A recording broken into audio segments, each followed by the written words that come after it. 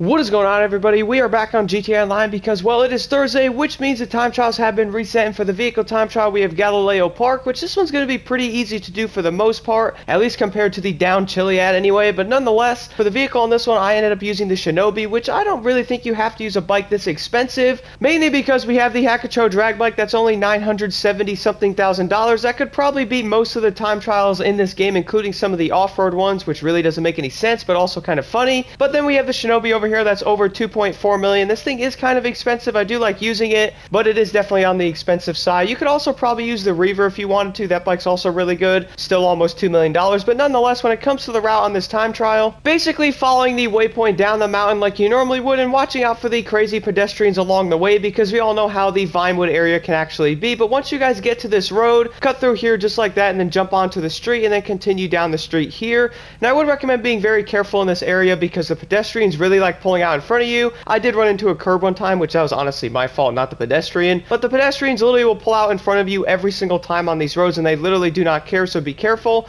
But then continue down the road here like you normally would until you get to the main drag strip over here. Now there is probably a couple of different ways you could go once you're on this street, but I recommend following this all the way down. I feel like that will be the easiest way until you guys get to this road right over here. Then take a right and then immediately take a left and continue down here and then jump through the traffic in this area and then follow up the road over here. I actually beat this first try with the Shinobi. I got there with like, I think it was 10 seconds to spare or something like that, and it was honestly pretty easy to do with that bike. So pretty much any of the fast bikes could do this. I'm not sure if the body can. Might be a little bit too slow, but nonetheless the Shinobi and the Hakuchou Drag bike and or the Reever could easily do this, and probably the Krieger and all those fast cars as well. But anyway, if you guys have any questions at all, let me know in the comments below. Here's the time trial.